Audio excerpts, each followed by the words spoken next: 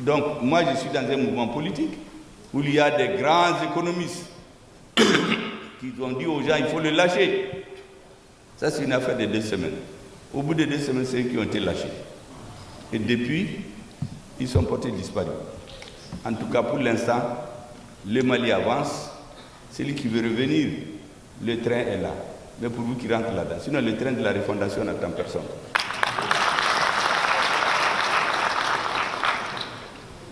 Tu rentres là-dedans, tu discutes. Si tu n'es pas d'accord, tu descends.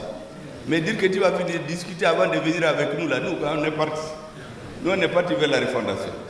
Voilà là où le Mali se trouve avec la CEDEAO. La CEDEAO menace plus qu'elle n'écoute nos pays, les difficultés et nos attentes. Elle sanctionne sans limite plus qu'elle aide les États en transition. On l'a vu recevoir de manière éhontée des injonctions de chefs d'État étrangers et se précipiter à appliquer à nos États les ordres venus d'ailleurs. On l'a vu ici. Je n'ai pas besoin de rappeler. Je crois que les ambassadeurs de ce pays même doivent avoir honte que ce soit un chef d'État d'un autre pays qui menace, qui dit qu'il va dire à votre président de faire des injonctions. J'ai vu l'aide d'un diplomate qui voulait protester le même jour. Il a fallu que ses camarades lui disent vraiment, il vaut mieux laisser cette lettre, il vaut mieux démissionner mais ne publiez pas parce que ça serait mauvais pour l'histoire de votre pays. Voilà c'est dans quoi les gens se sont retrouvés. Nous ne sommes pas de cette agence-là.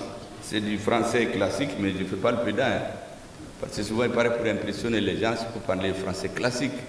Quand se bat, et ça agrémente. En tout cas, nous ne sommes pas de ces gens-là. Au Mali, notre problème, c'est résoudre nos difficultés et tout. Et tantôt, la CEDEAO donc se trouve éloignée totalement des intérêts de notre pays. Elle se trouve aujourd'hui dans les mains de quelques personnes qui l'ont transformée, non en organisation sous-régionale des peuples, mais en une réunion épisodique, souvent même se réunissant sur commande, même là on ne doit pas se réunir, sur injonction de chefs d'État extra-africains. Là, CEDEAO s'est réunie à Dakar, à Accra, pour prendre des résolutions, c'était interdit, c'était illégal. Elle s'est déplacée à New York pour prendre des résolutions, c'est illégal, parce que quelqu'un voulait. Même les lieux de réunion, vous ne pouvez pas les tenir sans que quelqu'un d'autre ne vous dise là où vous devez les tenir. Mais ça, c'est quel genre d'organisation? Et finalement, la réalité, c'est qu'ils avaient décidé d'utiliser les sanctions contre le Niger pour organiser une cabale diplomatico-militaire pour déstabiliser le Niger. Une fois le Niger déstabilisé, on attaque le Burkina Faso. Après le Burkina Faso, c'est le Mali. Nous avons décidé, ce plan malveillant, avant qu'on vienne de le présenter, qu'on le renverse purement et simplement, et y mettre là-dedans un bon plat pour les pays de l'AES. C'est ce qui était prévu. Le Niger n'était qu'une étape. Nous avons une très bonne lecture de l'histoire. On ne voulait pas nous attaquer directement. On ne voulait pas vous attaquer, vous les Maliens. On voulait passer par vos frères. Si vous acceptiez ce qu'on faisait à nos frères, après c'est le Burkina. Après le Burkina, c'est nous. Et c'est pour cela que, lorsqu'il est devenu clair pour nous que la décision a été prise de noyauter le Niger, de l'étrangler, de servir de passage pour une autre opération militaire de déstabilisation de ce pays, nous avons pris nos responsabilités et nous avons réaffirmé ce que nous avions dit. Personne ne doit se tromper quant à ses intentions contre le Niger.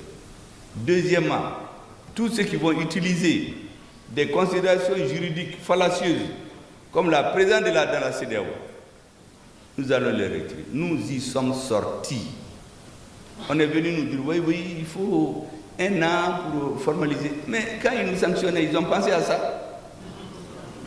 Toi, tu commences tes problèmes, maintenant quand ça chauffe, tu dis qu'il faut la loi. Mais la loi là était où quand tu décidais? Il n'y a aucune des mesures de la CEDEAO, aucune, je précise, qui est conforme à la légalité. C'est pour cela que nous avons quitté. Donc il faut que les Maliens comprennent, nous n'avons pas décidé de quitter.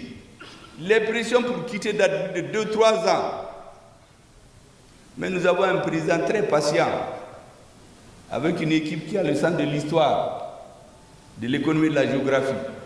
Il fallait qu'on tranche d'abord le nœud gordien. Il fallait que le Mali gagne la guerre. Une fois cela gagné, maintenant il faut résoudre tranquillement les problèmes. On nous a obligés.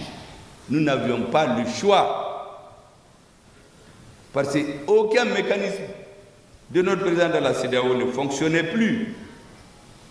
Tout était destiné et résolu de façon arbitraire. Voilà ce à quoi nous avons assisté. Et non seulement ces sanctions ont contribué à cimenter le fort rejet de la CEDEAO par les populations africaines, mais elle a également fait naître un doute sérieux sur son autonomie d'action vis-à-vis des puissances étrangères. L'accumulation d'actes inamicaux posés par les CEDEAO a rendu inévitable le retrait des États qui subissent au quotidien l'injustice, l'acharnement et l'hostilité d'une organisation à l'avènement de laquelle ils ont contribué.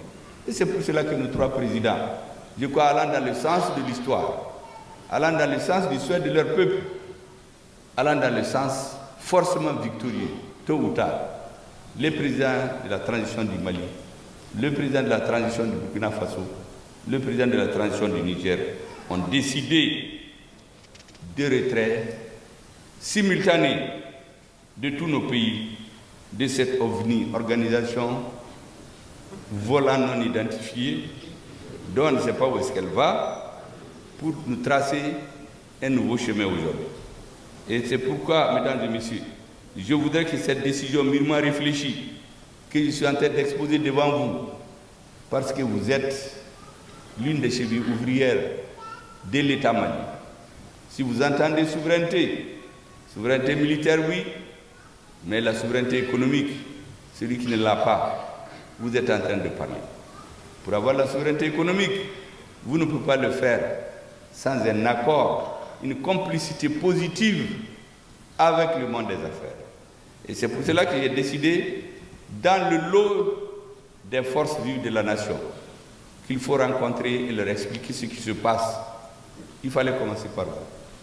Parce que les questions qui sont posées aujourd'hui sont d'ordre économique et financier. Militairement, je vous assure qu'ils ne peuvent rien contre nous. Je le dis haut et fort. Celui qui touche à un cheveu du Niger, nous allons lui raser la tête. Mais on est liés de façon économique.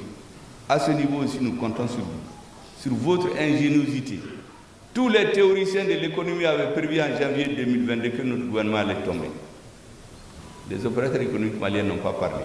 Ils ont agi. Et on a vu les résultats. C'est pourquoi je vais beaucoup me tout et comment me bomi. Alors, nous avons un livre d'économie, nous là. Nous connaissons les Djoula maliens, partout où vous parlez dans la sous-région, là. Leurs origines, c'est au Mali. Vous trouvez des gens qui ont 2, 3 en classe, vous les mettez dans les affaires, ils ne vont pas de leur professeur. Ce n'est pas les gros diplômes qui font les affaires. Les affaires, là, c'est dans le sang. Ceux qui vont chercher les gros diplômes des affaires, là, ça, c'est des corrompus. La plupart, ils font d'ailleurs la concurrence déloyale aux hommes d'affaires. Les hommes d'affaires maliens, diplômés des grandes écoles, un autre tigui, c'est eux qui font le Mali. Là où nous sommes aujourd'hui, notre armée a joué son rôle. La suite maintenant, notre économie doit tenir. Et je vous assure que la souveraineté militaire, la souveraineté économique, la souveraineté diplomatique, quand nous allons les maîtriser à main, dans quelques années, je suis convaincu qu'il y a d'autres qui vont vous dire que vous avez fait une période exaltante dans votre histoire. Et soyez sûrs, tous les grands peuples, je vous dis, dans leur histoire, les moments décisifs, c'est des moments de crise. La Russie est là. On a pris l'embargo contre la Russie en 2014, plus celle de 2023. Moi, j'ai fait mes études en Russie. Dans les années 80, même le pain qu'on mange est importé du Canada ou des États-Unis. Les Russes ne produisaient pas du pain. Mais quand on a commencé à faire des embargos contre eux, c'est aujourd'hui, je vois des présidents ridicules qui disent qu'ils vont aller à la Russie pour lui prier de donner du blé au monde. Pendant ce moment, toi, tu fais le dessin animé là, pour dire qu'on doit sanctionner le Mali. Mais ceux qui vendent le blé au monde maintenant, pourtant il y a quelques années, c'est eux qui commandaient le blé. Les engrais, c'est la même chose. J'ai dit à quelqu'un l'autre jour qu'aujourd'hui, quand vous prenez en termes numériques ce que la Russie engrange en termes de vente de produits agricoles, c'est plus que ce qu'elle a dans les armements. Chacun de ces tournants est venu avec un embargo. Donc vous avez un défi. Sans compter que les statistiques économiquement nous avons étudiées. Ce que nous perdons en acceptant cette vassalisation est pire, 1000 fois pire que ce que nous allons assumer en restant nous-mêmes. Et que les gens apprennent à nous respecter. On ne peut pas continuer à nous parler comme un petit peuple. C'est un peuple qui a une grande histoire. Les dirigeants du Mali ne doivent pas être des gens comme tremblant dans les couloirs, on les menace. Nos opérateurs économiques ne le sont pas. C'est ce que je voulais vous dire. Vous dire qu'honnêtement, notre réussite en grande partie dépend de vous. L'AES aujourd'hui, mesdames et messieurs, doit être confiante à l'avenir. C'est 70 millions d'habitants, selon les statistiques de la CEDEAO. Son poids économique, dans les échanges, on nous a fait comprendre que c'est des pays pauvres. Attendez, dans 5-6 ans, vous verrez qui est le plus riche. Il faut aussi noter que les 3 pays restent membres de l'UEMOA. Pour le moment, ils bénéficient donc de la liberté de circulation au sein de tous les pays de l'UEMOA. L'accès à la mer reste donc valable à travers nos pays frères, pour ceux qui voudraient bien qu'on exerce cette fraternité. Vous savez, les ports, quelqu'un a dit ici, il y a les ports d'Abidjan, il y a les ports de Dakar, mais ces ports-là, quand on les construisait, c'était surtout pour les pays de l'Interland. Nous sommes interdépendants et interliés. Que chacun réfléchisse et n'agisse pas par procuration des autres. Mesdames et messieurs, la Mauritanie est un pays que je voudrais saluer ici. Pendant l'embargo, tout a été fait pour nous embrouiller avec la Mauritanie. Des forces noires sont allées jusqu'à exécuter des citoyens mauritaniens pour nous salir. Ils ont fait la même chose en Guinée. Heureusement que les autorités de ces pays, les pouvoirs, ont fait preuve de capacité de discernement pour ne pas mélanger les choses. La sortie de la CEDEAO, mesdames et messieurs, permettra au Mali de définir les politiques commerciales optimales et plus avantageuses, d'avoir la liberté de prendre certaines décisions politiques et économiques, dénouer et signer des accords avec d'autres pays, organisations sous-régionales ou internationales.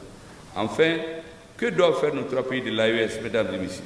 Mutualiser nos intelligences, nos ressources. Par exemple, il faut identifier et gérer les barrières non tarifaires, alléger les barrières tarifaires, faciliter les sanctions économiques et commerciales, les transactions économiques et commerciales pour les opérations d'exportation et d'importation. Ce travail de mutualisation de nos opportunités reviendra à nos États. Nous avons la ressource humaine, les techniciens, pour nous trouver les solutions qui sont attendues par notre peuple. Mesdames et messieurs, restons confiants et gardons à l'esprit que personne ne viendra faire nos pays à notre place. Toutes les grandes nations se sont construites dans la douleur. Nous sommes à cette étape de la vie de nos nations. Nous gagnerons cette bataille de la souveraineté, Inch'Allah, avec l'engagement de tous et de tous. Je voudrais terminer en rassurant que le gouvernement prend la pleine mesure de la situation, des préoccupations de nos compatriotes, en particulier les opérateurs économiques, face à la décision de retrait de la situation, de la CEDEAO. Effectivement, le président du patronat vient de nous informer qu'ils sont en train de réfléchir. Le ministre de l'Enseignement supérieur nous a informé que les professeurs d'université sont en train de réfléchir. Celui de la justice, nous allons faire une opération de grande envergure dans tous les domaines pour que les gens sachent qu'au Mali, il y a un État souverain, indépendant, avec des dirigeants qui ont décidé d'assumer leur mission historique pendant qu'ils sont là, que le Mali bouge. Après eux, le peuple décidera de ce qu'il faut faire.